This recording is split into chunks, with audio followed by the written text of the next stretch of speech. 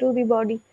तो आपका pharmacokinetics basically आप इसमें क्या देखते हो, आपकी एडीएमई देखते हो कि ड्रग की एब्जॉर्प्शन कैसे हो रही है, डिस्ट्रीब्यूशन कैसे हो रही है, मेटाबॉलिज्म उसका क्या है और एक्सक्रीट किस तरह से हो रही है हमारी बॉडी में से। तो क्लिनिकल फार्माकोकाइनेटिक्स में क्या आ जाएगा, क्लिनिकल यानी कि आपने जो हॉस्पिटल में एडमिटेड पेशेंट्स हैं उनके ऊपर उनको मॉनिटर करना है, उनका जो ड्रग रेज्यूमे आपने बनाया हुआ है उसके अकॉर्डिंग आपने उनको मॉनिटर करना है और ये सारी चीजें नोट डाउन करनी है कि उनमें क्या क्या जो है इफेक्ट आ रहा है, उस ड्रग को एब्जॉर्प्शन उसकी किस तरह से हो रही है, फिर उसके बाद उसकी डिस्ट्रीब्यूशन किस तरह से हो रही है। तो ये सारी चीजें जो है ये हम लोगों ने जो है या स्टडी करनी है इनकी प्रॉपर। तो ये सारी चीजें जो है आ जाती हैं आपकी क्लिनिकल फार्माकोकाइनेटिक्स में। तो clinical pharmacokinetics is the process of applying pharmacokinetic principles to determine the dose regimen of specific drug product for specific patients to maximize pharmacotherapeutic effects and minimize toxic effects। जैसे अब आप Covid 19 का जो trials वगैरह चल रहे हैं वो हॉस्पिटल्स में ही चल रहे हैं ना, पेशेंट्स के ऊपर ही चल रहे हैं। तो जो आपकी रिसर्च में अभी ड्रग्स हैं वो आपके पेशेंट्स जो हैं ऑलरेडी जिनको सिम्टम्स हैं उनके उनको दी जा रही है। उनको देने के बाद उनको पूरी तरह से उनको मॉनिटर कर रहे हैं वो, यानी ये एक आपने प्रॉपर जो आपका डोज रेजिमन है उनके लिए बनाया हुआ है कि इनको इतनी इतनी डोज की ही ड्रग देनी है। अलग अलग ग्रुप्स बनाते हैं हम लोग, अलग अलग एजेस के अकॉर्डिंग भी ग्रुप्स बनाते हैं स्टडी करने के लिए। तो वो जो पेशेंट्स हैं उनको किसी मान लीजिए एक ग्रुप को आपने जो है एक ग्रुप में आगे फर्दर आपके सब ग्रुप्स आ जाते हैं जिसमें आपके अकेले बच्चे होंगे, ठीक है, फिर उसके बाद जो एडल्ट्स हैं वो होंगे और देन आपके जो बुजुर्ग पेशेंट्स हैं वो भी होंगे। तो इन तीनों को हम लोगों ने सिर्फ एक आपका डोज रेजिमेंट रखना है इन तीनों के लिए, ग्रुप आपका जो है 1 है ये। तो वहां पे क्या होगा कि आपने मान लीजिए आपने जो है 100 mg का जो इंजेक्शन है वो दिया है उनको। इसी तरह से आपने जो सेकंड ग्रुप है, सेकंड ग्रुप में भी आगे 3 तरह से डिवाइडेड है, वो भी बच्चे, एडल्ट एंड आपके जो बुजुर्ग पेशेंट है, उनको आप दे रहे हो 200 mg का। इस तरह से अलग अलग जो है हम लोगों ने ग्रुप्स बनाए हुए हैं एज के अकॉर्डिंग भी और आपका जो है डोज के अकॉर्डिंग भी अलग अलग ग्रुप्स हैं। तो जब आप इनको ये डोज दोगे, आपने डोज रेजिमेंट बनाया एक स्पेसिफिक ड्रग के लिए है वो रोज आपका जो डोज रेजिमेंट है, और स्पेसिफिक पेशेंट्स के लिए कि जिन पेशेंट्स में वो डिजीज है उन्हीं के लिए, ठीक है। तो आपने क्या करना है, हम लोगों ने उसमें ये देखना है कि आपका जो फार्माकोथेरेप्यूटिक इफेक्ट है वो मैक्सिमम आए और टॉक्सिसिटी जो टॉक्सिक इफेक्ट्स है वो मिनिमम आए। तो ये चीज जो है हम लोगों ने मॉनिटर करनी है। तो इस चीज को मॉनिटर किस तरह से हम लोग कर सकते हैं, वो है आपका टीडीएम, यानी कि आपका थेराप्यूटिक ड्रग मॉनिटरिंग के थ्रू।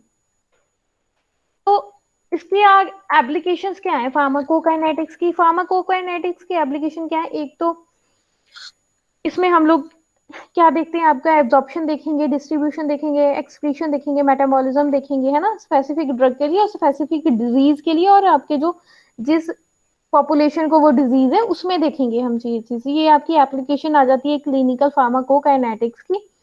उसके बाद drugs that can be monitor, कौन सी ड्रग को हम लोगों ने मॉनिटर करना है, कौन सी ड्रग के लिए मॉनिटर करना है। तो ऐसी ड्रग्स जिनका जो है मिनिमल इफेक्टिव जो आपका इफेक्टिवनेस है और आपका टॉक्सिक जो आपकी टॉक्सिसिटी है उनमें बहुत ज्यादा नैरो डिफरेंस है, ठीक है, जो उनकी रेंज है मिनिमल आपका जो मैक्सिमम इफेक्ट की और आपका टॉक्सिसिटी की, वो रेंज बहुत ज्यादा नैरो है, नैरो इंडेक्स है उसका। तो वहां पे आपने ये मॉनिटर करनी है ये ड्रग्स, ऐसी ड्रग्स। और ये ऐसे ड्रग्स मॉनिटर करने के बाद हमें ये पता चलता है कि हमें आगे जो पेशेंट्स हैं नेक्स्ट टाइम जब नेक्स्ट ग्रुप में हम लोग देंगे तो हमें कौन से कितनी डोज रखनी है उसकी, ठीक है।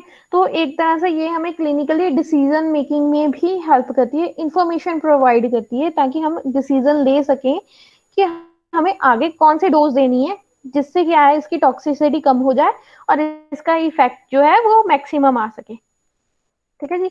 वाई रिक्वेस्टेड टीडीएम, अब टीडीएम क्यों जरूरी है हमें, टीडीएम क्यों हम लोग यहाँ पे रिक्वेस्ट कर रहे हैं पेशेंट को कि उनके लिए टीडीएम इसीलिए जरूरी है। सबसे पहले चीज तो आपकी आ जाती है नॉन कंप्लाइंस। नॉन कंप्लाइंस यानी कि ऐसे पेशेंट्स जो अपनी जो आपकी डोजेज रेजिमेन है उनको अच्छे तरीके से नहीं लेते हैं, यानी कि आपकी जो थेरेपी आप दे रहे हो उसको अच्छे से नहीं लेंगे वो, ठीक है, बीच बीच में स्किप कर देंगे कुछ डोजेस। तो ऐसे जो आपके पेशेंट्स हैं वहां पे उनको हम बोलेंगे नॉन कंप्लाइंस, ठीक है। तो ये नॉन कंप्लाइंस वाले जो पेशेंट्स हैं वहां पे हमें टीडीएम जरूरी है, यानी कि ड्रग थेराप्यूटिक ड्रग मॉनिटरिंग उन पेशेंट्स में बहुत ज्यादा जरूरी है। सेकंड आ जाएगा इन अप्रोप्रिएट डोजेस, यानी कि जहां पे आपकी डोज जो है वो प्रॉपर नहीं है पेशेंट के लिए, तो या फिर आपका जो पेशेंट है वो प्रॉपर डोज नहीं ले रहा है, तो वहां पे आपको ये चीज जो है ध्यान में रखना बहुत ज्यादा जरूरी है उस पेशेंट का। तो वहां पे टीडीएम जरूरी है। देन उसके बाद आपका आ जाता है पुअर बायो अवेलेबिलिटी, यानी कि ऐसे ड्रग्स जिनकी बायो अवेलेबिलिटी पुअर है उन ड्रग्स के लिए टीडीएम जरूरी है। फिर आएगी ड्रग इंटरेक्शन, यानी कि जहां पे आपके जो है ड्रग की इंटरेक्शन हो सकती है, तो ड्रग इंटरेक्शन जो है वो क्या करेगा, जहाँ तो फिर आपके जो है एडवर्स इफेक्ट शो करेगा जहाँ पे टॉक्सिक इफेक्ट्स आएंगे, तो ऐसे केसेस में आपका टीडीएम जरूरी है। देन आएगा आपका kidney and liver diseases, kidney and liver diseases में आपका आ जाएगा, जैसे आपकी किडनी की डिजीज आती है या लीवर फेलियर वाली डिजीजेस जो है, फैटी लीवर वगैरह हो गया, ठीक है। तो रीनल फंक्शन जो है वो कम हो जाता है, इसी तरह से आपका लीवर जो है लीवर का फंक्शन कम हो जाएगा, तो जिसकी वजह से जो आप ड्रग्स दे रहे हो उनका अब्जॉर्प्शन जो है वो प्रॉपर नहीं हो पाती या फिर एक्सक्रीशन प्रॉपर नहीं हो पाती है। तो ऐसे केसेस में जो है आपको टीडीएम वहां पे जरूरी है। नेक्स्ट आएगा अल्टर्ड प्रोटीन बाइंडिंग, यानी कि आपकी ड्रग जो है, कई बार ऐसी ड्रग्स हैं हमारे पास बहुत सारे एग्जांपल्स हैं कि प्रोटीन के साथ बाइंड करके अपना इफेक्ट ही नहीं शो करती हैं और एज इट इज बॉडी से बाहर चले जाती हैं। तो इस तरह से जो आपकी ड्रग्स हैं कुछ, और कुछ आपकी ऐसी ड्रग्स है जिनका प्रोटीन के साथ बाइंड करना जरूरी है अपना एक्शन शो करने के लिए। तो ये जो आपकी दो चीजें हैं, इन ऐसे ड्रग्स के लिए ड्रग मॉनिटरिंग जरूरी है। फिर आया फीवर, यानी कि जो पेशेंट्स को रेगुलरली फीवर्स आ रहे हैं उन पेशेंट्स में जो है आपको टीडीएम का ख्याल रखना पड़ता है, थोड़ा सा जो है ध्यान रखना पड़ता है। फिर आता है cytokines and genetically determined fast and slow metabolisers, यानी कि आपका जो जेनेटिकली आप कोई स्टडी कर रहे हो, कोई ड्रग दे रहे हो जेनेटिकली, तो वहां पे आपको ड्रग मॉनिटरिंग करना बहुत ज्यादा जरूरी है, क्योंकि आप जेनेटिकली जो है वो कुछ ना कुछ जो है आपका चेंजेस कर सकता है बॉडी में, तो इसीलिए वहां पे जो है एक ये टीडीएम जो है जरूरी है ऐसे पेशेंट्स में। नेक्स्ट है इनकी रिस्पॉन्सिबिलिटीज क्या क्या है। रिस्पॉन्सिबिलिटीज में हमारे पास सबसे पहले आ जाएगी designing patient specific drug dose regimen, यानी कि जैसा पेशेंट है उसको वैसी ही मेडिसिन दो, जो उसकी रिक्वायरमेंट है, जो उसकी थेरेपी उसको रिक्वायर्ड है, वो ही थेरेपी हम लोगों ने डिजाइन करके उसको देनी है।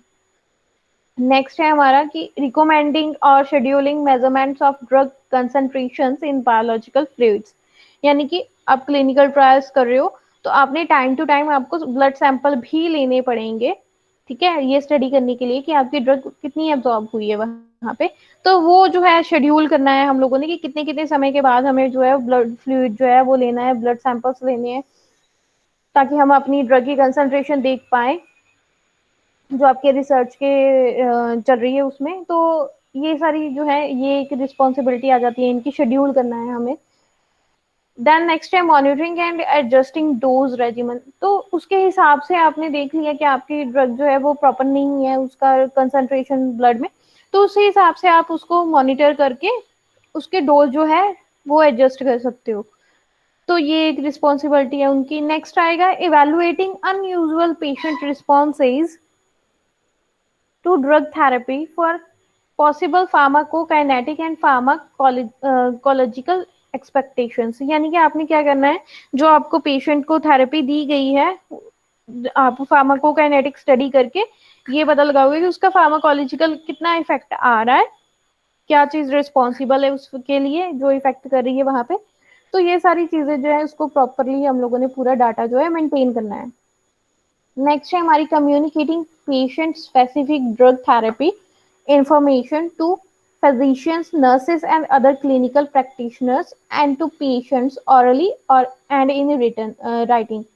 तो आपने क्या करना है, आपने पूरी ये स्टडी करने के बाद क्लिनिकल फार्मासिस्ट है जो वहां पे, वो स्टडी करने के बाद जो जो आपकी रिजल्ट्स आ रहे हैं उनको डिस्कस करना है हमने, उसके बारे में रिजल्ट के बारे में इंफॉर्मेशन देनी है वहाँ पे जो फिजिशियंस हैं उनको, जो नर्सेज हैं उनको, और साथ में जो आपके जितने भी फार्मासिस्ट और होंगे उनको भी, चाहे वो आप ऑरली दो चाहे वो आप रिटन फॉर्म में दो।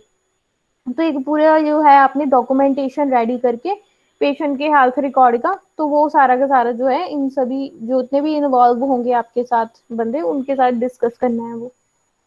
नेक्स्ट है हमारा educating pharmacist, physicians, nurses, and other clinical practitioners about pharmacokinetic principles and appropriate indications for clinical pharmacokinetic monitoring, including the cost-effective use of drug concentration measurements. तो आपने जो साथ जितने भी आपके इन हॉस्पिटल आपके फार्मासिस्ट हैं या फिजिशियंस हैं या नर्सेज हैं या फिर आपके क्लिनिकल प्रैक्टिशनर्स हैं, उनको सभी को फार्माकोकाइनेटिक प्रिंसिपल्स के बारे में बता के, उनको जो आपने मॉनिटर किया हुआ है डाटा उसके बारे में बता के उनको पूरी नॉलेज प्रोवाइड करनी है, उनको एजुकेट करना है। और जो आप ड्रग यूज कर रहे हो उनका जो कॉस्ट इफेक्टिव भी है आपके हॉस्पिटल के लिए वो या नहीं है, ये सारी चीजें भी डिस्कस करनी है साथ में। तो ये भी एक रिस्पॉन्सिबिलिटी है क्लिनिकल फार्मासिस्ट की।